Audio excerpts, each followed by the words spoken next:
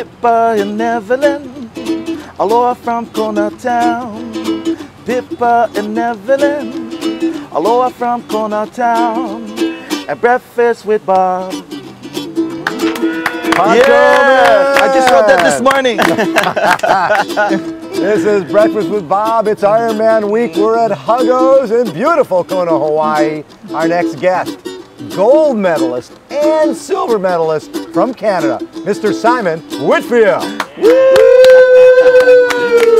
I thought it was okay, Simon. I thought you were fast. What the hell? I was just still proud dad. We hear my daughter's name. Yeah. You know, Pippa and Evelyn. Who are oh, Pip, my little girls. My little girls. Nice. Yeah, Pippa's 4.5. Evelyn's 1.5. And man, it's fun. I love it. and Poncho Man making them Yeah. immortal. Hey, Their own Yeah. song. My kids love music, so they're gonna be just thrilled, so cool. thrilled. I'm a thrilled dad. I got like a smile. You got a big smile because you're not racing. I'm not racing. Yeah, I would. Man, I'm of two minds on that. Yeah. I have a real envy of the guys racing. I spent some time with Crowe yesterday, and you can't not leave and be like that competitive. Right. I envy him the position he's in, and his that excitement and Right. true passion he has, and so I definitely walk around here and think, oh man, this would be awesome. So you win a gold medal in the first ever Olympic triathlon back in 2000 in Long Sydney. time ago. Yeah, but I bet you that's still pretty fresh. I wish I remember more. Peter Reed told me to take a diary after it happened, and I didn't. I didn't listen to him because I was young and naive, and I wish I had because I could look back on it because I can't remember a lot of it. It's a lifetime ago. Wow. Yeah. But coming across that finish line and representing your country, winning the first ever Olympic gold medal in triathlon, and that's just something that never goes away. Yeah. I mean, I certainly take great pride. And it was great Yeah. to hear the national anthem, and it was a kid's dream come true. I mean, Yes. I had that goal since I was a little kid. But I wish when I see video of it, I still have a bit of detachment of that's Who's me. that? Who's that Wow, guy? I made that God, great he's move. skinny. Well, I'll tell you, Little kid. when I was watching 2008 and watched the way that race played out and watched how you played it tactically and dropped back a little bit and then made your move at exactly the right time and took home the silver. Did you surprise yourself coming away with a medal that year? I wish I was more.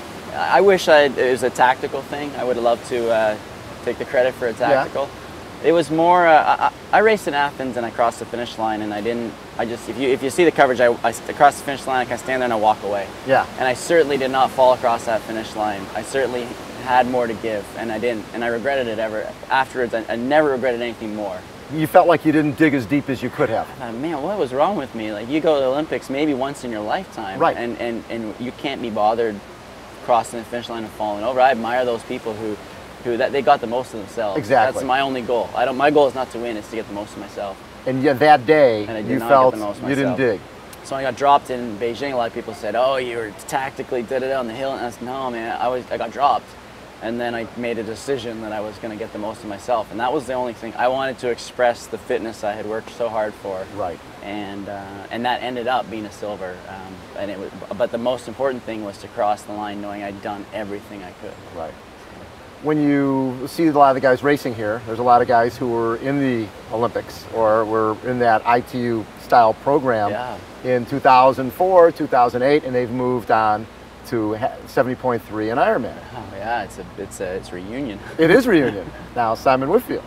Is that something that down the line, does that appeal to you, or you are an Olympic distance guy? I wish I had a time machine or a parallel universe machine. You have one of those. I have one. It's right over here. It's called Poncho Man. No, Poncho Man. Super Poncho Man. I wish. I don't know how to. I love going fast. I love racing that. Yeah. But I knew, and as I talked to the owner here, Hugo's, I knew that Valerie Silk brought the Ironman here. I know the history. I love Ironman. I grew up watching it. Right. I know the players. I know who Wolfgang Dietrich is. I know who Jürgen Zach is. Wow. I know okay. who Paulie Crew was with the heart rate monitor. Yes. I love those things, and I lived for that as a kid. How do you do both? I have too much respect for this to think that I could just cross over. It's an apprenticeship. You've got to pay your dues. Yeah. And it's probably a 4-year. Jordan Rapp and I talked about it in the car on the way here. It's a 4-year apprenticeship to try and come here. I'm 36, and I want to take one more crack at expressing myself at the Olympics, and then I don't know where the time time machine. That's what time machine comes in. Exactly. So I will do an Ironman. I don't know if, and I will do this one day. Yes. I don't know if I'll do it as a professional. You might be an age grouper by then, but it'll be an honor to do it as an age But the history of it is something that you know inside and out, and one of these days you're going to want to be running the lava fields. I did. I absolutely. When we went to, we've been staying down at the Sheraton, and when we went down to the pit there, I said, man, this is the pit. Like, do you understand what to do? One of the younger athletes said, what's the pit? And I was like, oh, do you not know what the pit is? Yeah. And I told another guy that Will Clark from Britain, I told him the Energy Lab is where Duracell and Energizer are located. And he's like believing it. I said I told him the bunny was born, the Energizer bunny was born there. He's like, cool. Cool, I'll go see him. Oh my God. I'm going to use that. Yeah, you're going to use that? Sweet, that could be a good song too. Yeah. That is funny. Yeah. So you watched this back in 2000. I did. And was it cool to watch it firsthand? Oh, it's incredible. I watched it with Dave Scott. You watched it with Dave Scott? Oh my! I sat in the I went out on the course. Graham Fraser put us in the that lead vehicle with Dave Scott, myself, and Graham Fraser, and I'm Peter Reed. I grew up admiring him. I learned a lot from him, and so I watched Peter win that year, and it was just I got goosebumps. I get goosebumps now talking about it.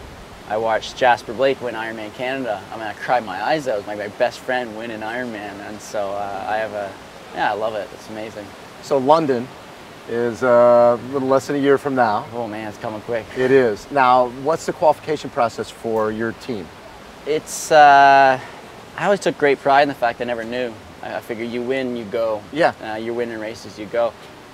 It's the last couple of years, it's been a bit of a journey. I'm on the, I'm 36, right. And I'm trying to figure out how to stay in the game. And Absolutely. I think I'm figuring it out, and I was 4th in the last race of the year, so I'm getting back to that level.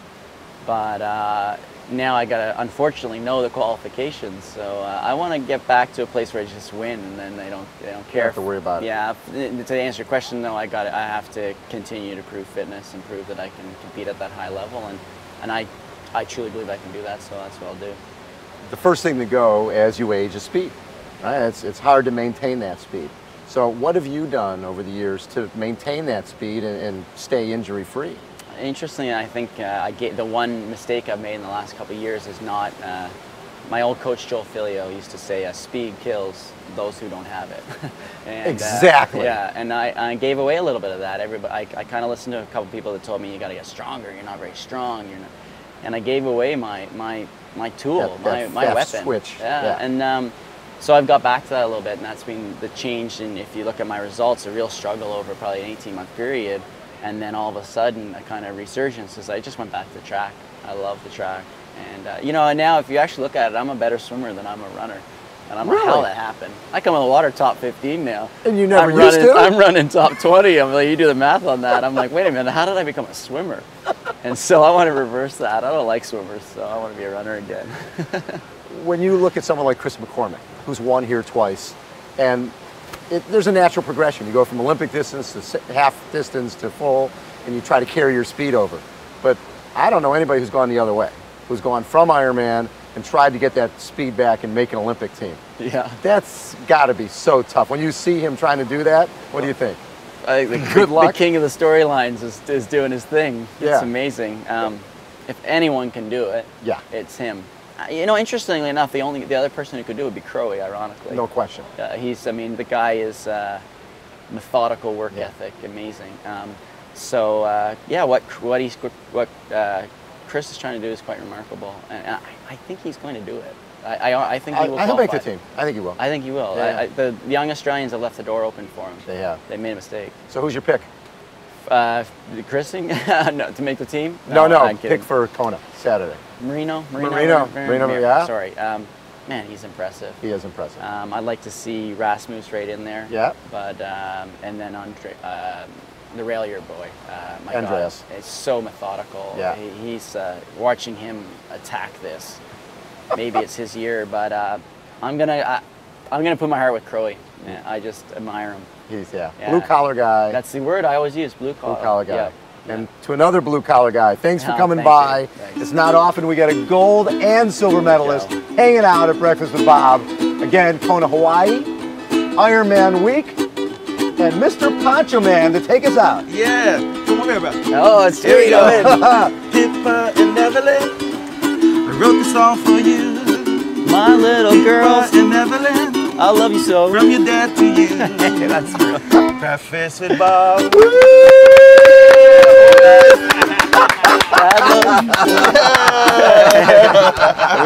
I want it on the head. Yes. Awesome.